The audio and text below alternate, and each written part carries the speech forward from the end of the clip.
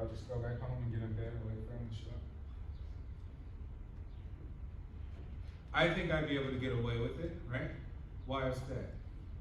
Because the police will be looking to examine my behavior and traits, characteristics, to see what am I going to do next. And they probably will be spot on if I don't change my behavior, right? They would say, hey, who is this guy? What's his personality like? What's his characteristics? What are his traits? I'm pretty sure that he's not going to wake up one day and just change his traits, right? Why is that? We already established that people rarely change, and I mean rarely change. Anybody ever call you about their problems and relationships or problems at home, and you give them advice? You're like, man, I give them great advice. And then you're like, oh, they don't apply it though, right? They're gonna keep calling you. They could be your best friend. Essentially, people just want to talk, right? And they'll take the advice and they'll even agree with you, saying like, man, thank you, that was awesome advice. I really need to listen to you more. And then you get off the phone and you're like, oh, they do the same thing over and over. Like, people rarely change. The older you get, the less you change. So if you're gonna do any changing, you better do it now.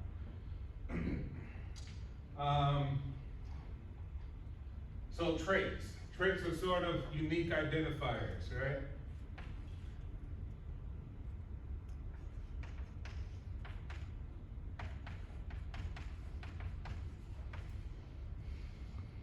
Things that you can identify within yourself or others can identify with you that make you unique to who you are.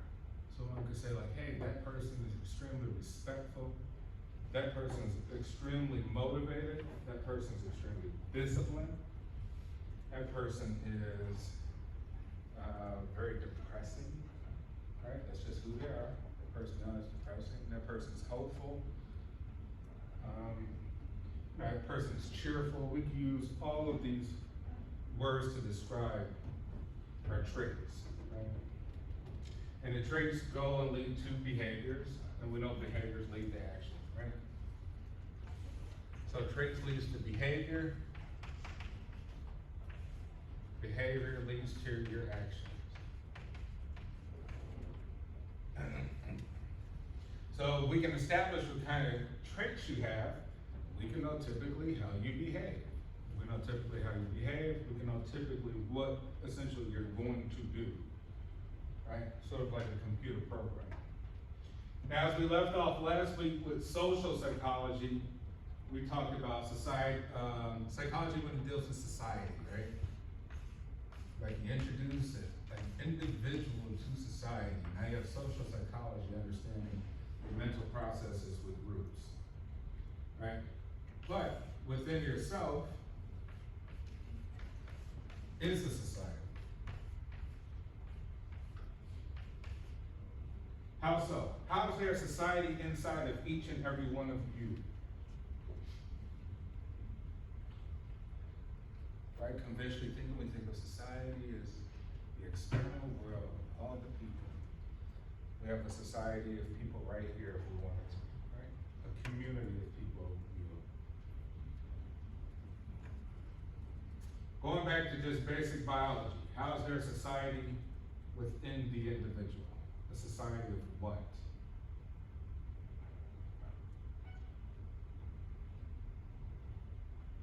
Right? Think of biology. A society of what? What's inside of you? Information, right? There's information within your cells. Your cells are constantly communicating with each other. We need to do this, we need to do that. You change your environment, now your cells is communicating new information. Hey, we changed your environment, now we need to do something else, right? You get an illness, now there's new information. Now we need to do something else in order to attack this virus or bacteria. So there's a society of cells within you, a society of systems within you, all different types of systems, right? And essentially there's an information highway there. So you have a society, a collective inside of you that make you uniquely you. And the things you have done for long period of times, those things tend to stick, or they probably just be permanent, right? They'll be permanent, be with you for the rest of your life. And things you learn new, you can add on to make some alterations within that society. So think of yourself as a society. There's more than one you, right? We can describe you as a you, but we always established that there's three yous. There's the id, the ego, and the superego, like we talked about last week, right? When I'm dealing with foot. There's the systems, three systems: id, ego, superego. Everybody remember these? Has an understanding of this? Right? Id is the automatic systems. It does not care about anything else other than what the body needs and what you want. Right? Superego is the sort of morality principle to be cautionary to things. And the ego is the final judge between the two. So there's three you. And actually, if we want to get a little bit more technical, there's more than three of you, because then we'll get into the self, right?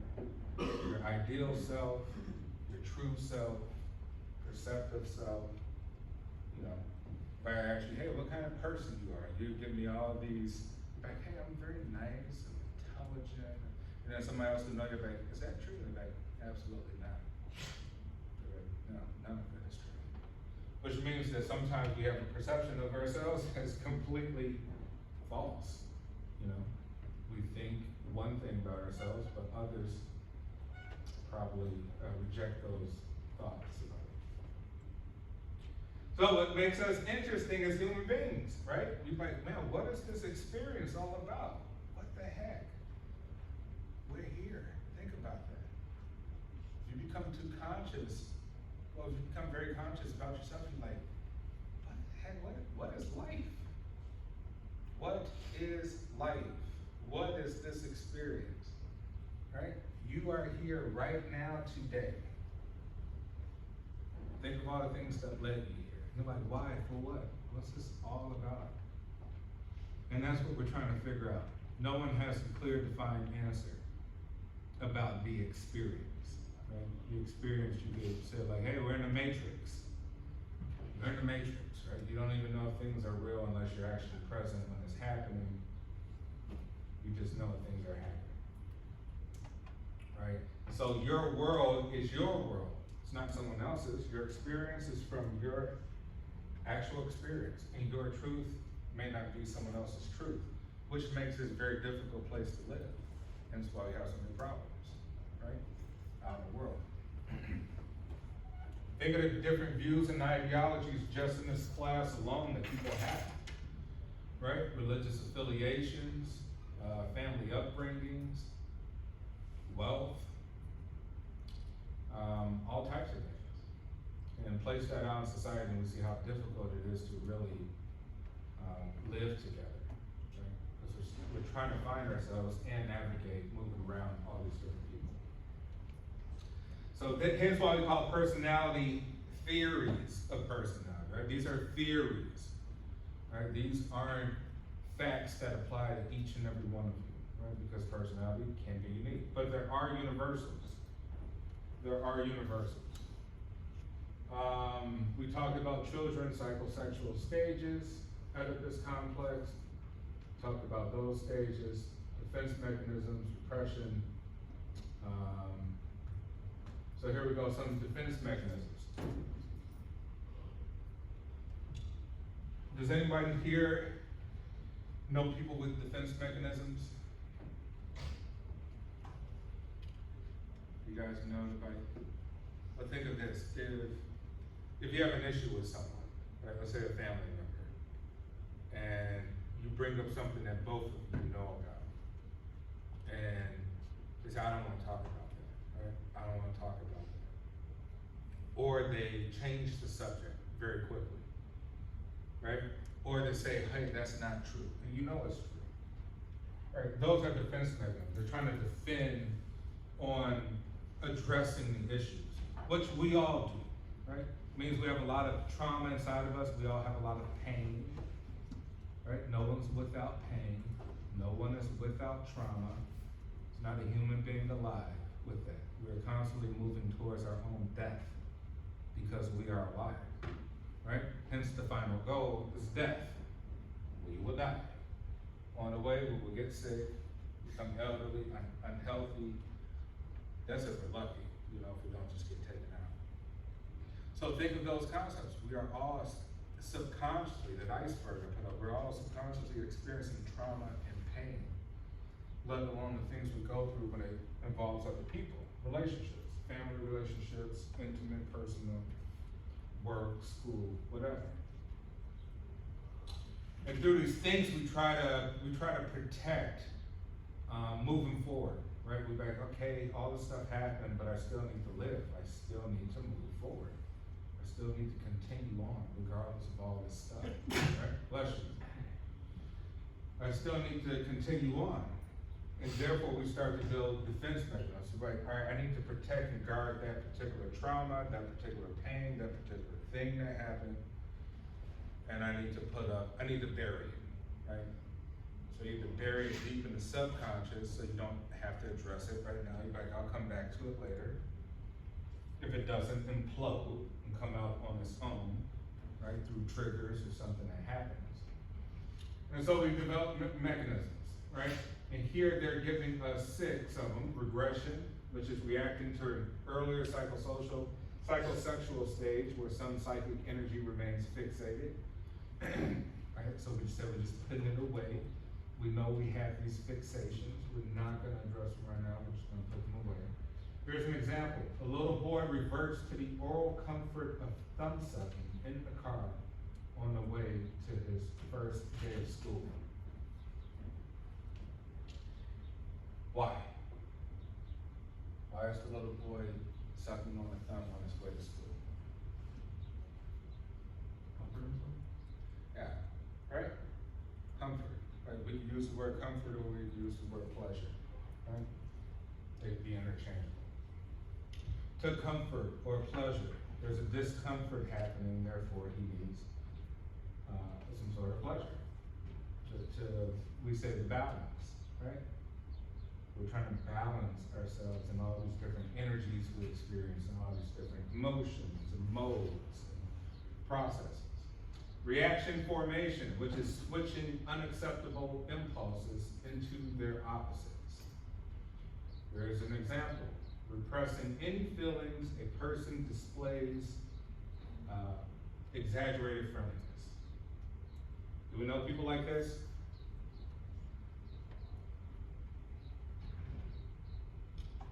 People who repress anger by being overly happy or friendly. Right? Think of that. You go to a party, and now you have to be the life of the party. Right? Typically, the people who are the life of the party, I would say typically, probably have the most issues, or have the most pain to deal with. Right? They need to drink, they need to do drugs, they need to smoke. To engage in all these activities. Like, why does a person need to do so much? Because there's something that needs to be balanced. They're dealing with something substantial, right? And so just like sucking on your thumb when you go to school, they're like, hey, I need to drink alcohol, I need to do drugs, I need to engage in promiscuity, sexual activities, in order to balance whatever discomfort I'm feeling internally that I'm not addressing. I'm not dealing with. We have projection, disguising one's own threatening impulses by attributing them to others. Right? Example, the thief thinks everyone is a thief. Do we know people that do projection?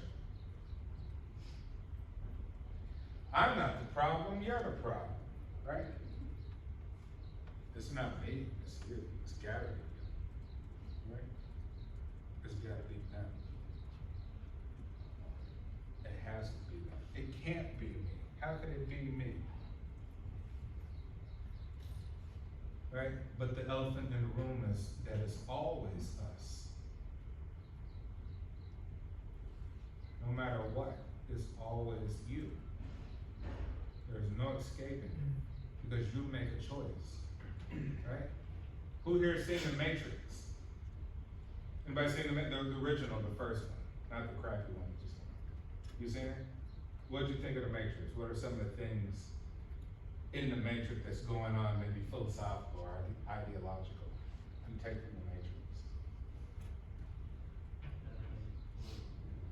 That how everything is, how stuff like feels like a simulation because of how like we're doing like the same thing every day. Yeah. Yeah. What could you say about Neo? Tell me something about Neo. Cause he's trying to like break the norms and live like on a higher way of thinking. Yeah, but how, okay, you're right. How does Neo get his power? I know a lot of you guys probably seen the Matrix, but how does Neo actually get that power? Can anyone answer that? How does Neo get the power in the Matrix?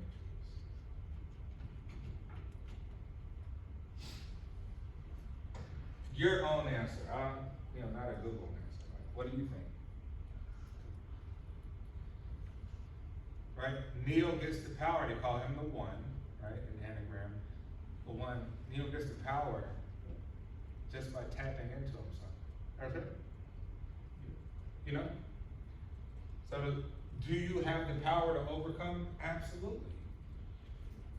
Remember we talked about Superman, Nietzsche's idea of Superman is overcoming self. That's essentially what needs to happen. Neo overcame himself.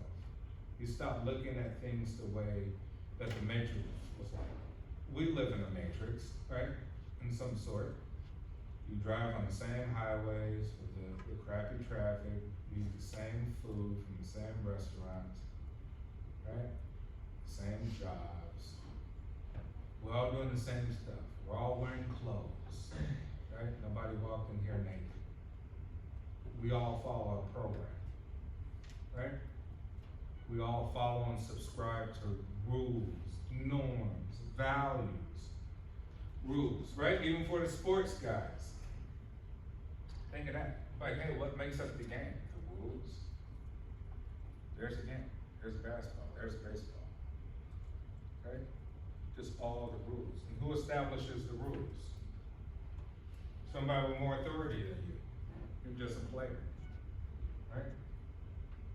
Unless you don't play the game anymore.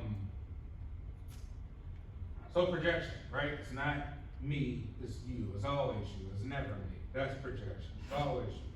Always you. Rationalization.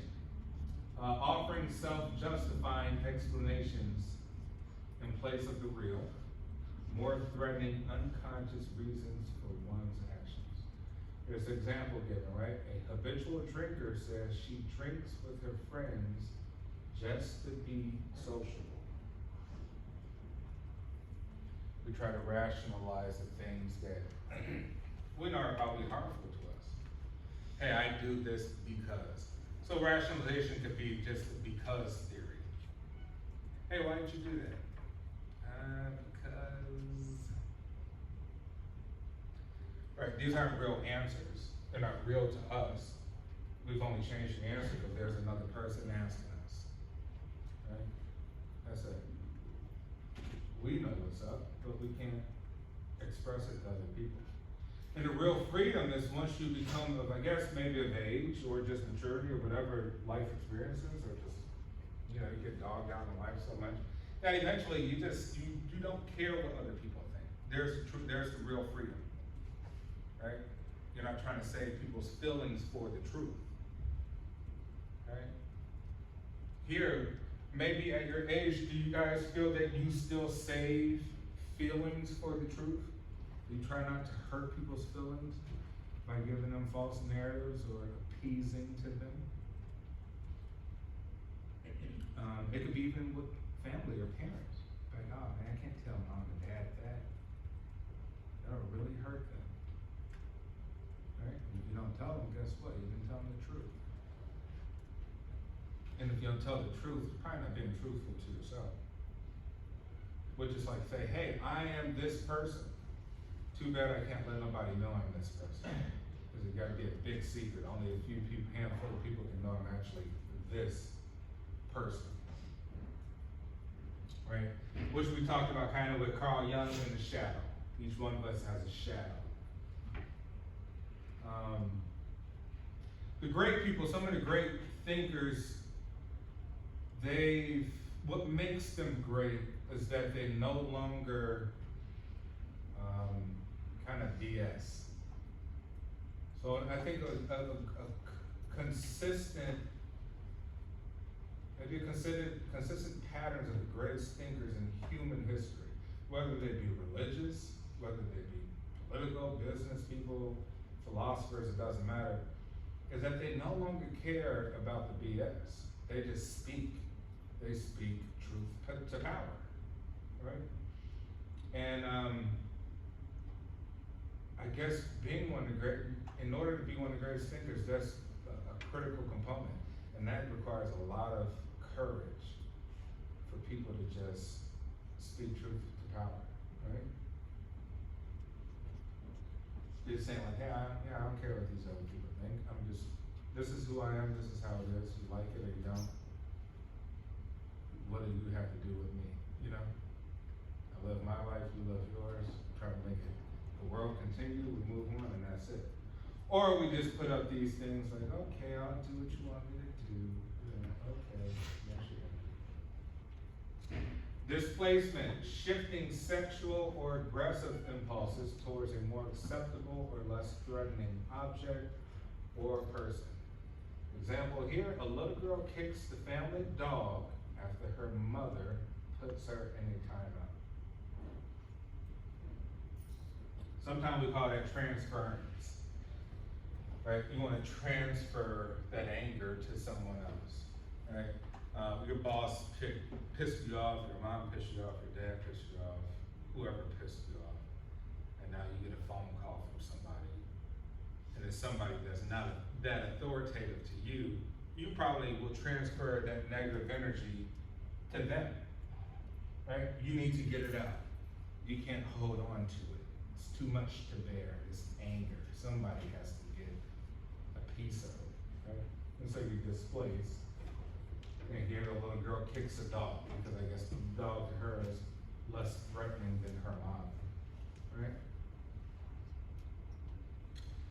Which we kind of go back to almost the Will Smith thing, right? Hey, would Will Smith have slapped The Rock? No, he wouldn't have. Because Rock's a threat. Chris Rock's not a threat, you know? So he had anger, just like the little girl. He's anger, he's sitting there, it resonates, and then it boils over to where he needs to do something with it. He walks up on the stage and kicks the dog, so to speak. He slaps Chris Rock. But if Chris Rock was a bigger guy, or someone else that had more authority than Will Smith, he probably would have like, nah, I can't do that. And the big one, denial, which is probably I put at the bottom. This is probably the biggest one, right? Refusing to believe or even perceive painful realities. If I ask you how you are, you're like, man, I'm great, right? I'm doing great. And then I ask you more detailed questions, like, oh, well, you know, here's these other 150 negative things going on in my life. You're like, oh, you're probably not doing so great, right? A partner denies evidence of his loved one's affair. You catch somebody cheating, you're in an intimate relationship, right? I guess, for the most part, one of the worst things to do for someone is cheating, right? Let's say you guys have a boyfriend or girlfriend. What do you do if he cheats? He or she cheats. What do you do? You accept it, you say it's over, or you just reject it, say like, well, I don't want to believe it.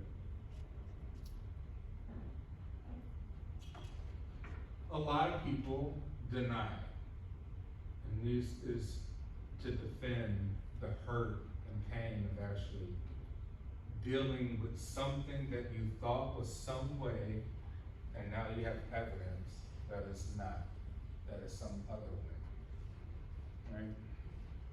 Which is tricky, because they call it matters of the heart. Anybody ever watch The Sopranos? No? Sopranos, a mob show that was on HBO, right? And it's actually one of the most successful shows ever in television history. Like Sopranos, Friends, and Seinfeld are up there. Game of Thrones is up there too. The Sopranos was a mob show. But anyway, in one of the episodes, woman, she's a stripper, but she's dating one of the guys who's a made mob guy, and she comes to the mob boss to tell him about that she's pregnant. And what should she do, you know? And this guy normally gives advice to everything, right? He controls, you know, the whole entire mob family. But he says he can't get involved. He says no matter what, even though he has all this power and all this experience and knowledge, he said he doesn't deal with matters of the heart. Because they're just too complicated, right? They're too complicated. There's never a real answer what to do. One of the famous sayings from one of my favorite philosophers is Soren Kierkegaard, who was Dutch philosopher, and he talks about regret. He says no matter what in life we do, we're always going to regret something else, no matter what. He says you get married, you'll regret it. You don't get married, you'll regret that too. Right? Get the job, you'll regret it.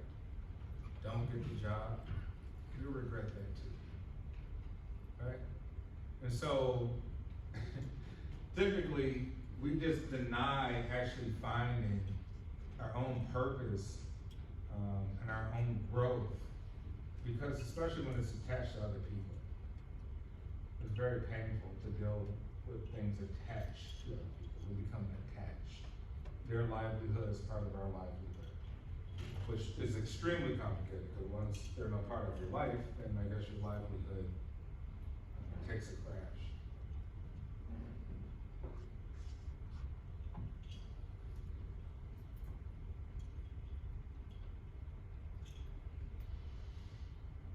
New Freudian theories, adapted some Freudian concepts, interview techniques. Have you guys ever filled out a personality test for a job? No? Well, you know, now most jobs require personality tests. They want to see if you fit for the position. So they'll give you a long laundry list of questions and assessments of yourself. You know, hey, if you're in this position, how would you react? How would you handle this position? Are you good under stress? Would you describe yourself as cheerful? Would you describe yourself as yada, yada, yada, right? And that's to basically examine to see, are you fit for the job? So even if you're highly intelligent, highly capable, they may say that, hey, you know what, this person is actually not fit for the job because I don't think they'll stay here long enough. I think they're actually maybe too smart for the job, then they'll leave. A lot of, I do private equity, which is, I create funds for people to put money in, so it's a sort of thing of mutual funds and almost hedge funds, right? And so sometime when I start these funds for a project, example, say I want to buy a high-rise building, right, or mid-rise, let's say a 20-story building. I'm like, hey, I can either go to the bank, ask them for some money, right? Or I could get a group of people with money, and we all go in and buy the building, right? We draft up the accounting, draft up the rules of the fund, how long it'll last before people can exit, what's the expected return of money they expect to get, so it's investment. But a lot of times I have to hire people in order to manage the fund and do things. So sometimes I come across people who are extremely intelligent, right? Northwestern, University of Chicago, you know, whatever school, right? Master's degrees, PhDs, and I can't bring them on to the project because they're too smart. Because according to my assessment, their personality, they're gonna look for something else beyond the project. They're not gonna have they don't have the fortitude to remain on the project. They're a person who always needs to look for something else, right? So sometimes you can't have people actually too smart for the job. You gotta have people that fit the job. Their personality fits exactly what you need them to do, right? Which is huge. As you move through your career, you'll see that, right? You're looking at stuff on LinkedIn and all these other websites for careers and jobs, and you just want the job because A, it sounds cool, has an awesome description, the title is awesome, and the pay looks good. Once you get to the job, you just like, hey, this job doesn't really fit my personality. The money's great, got my apartment, my car, all this,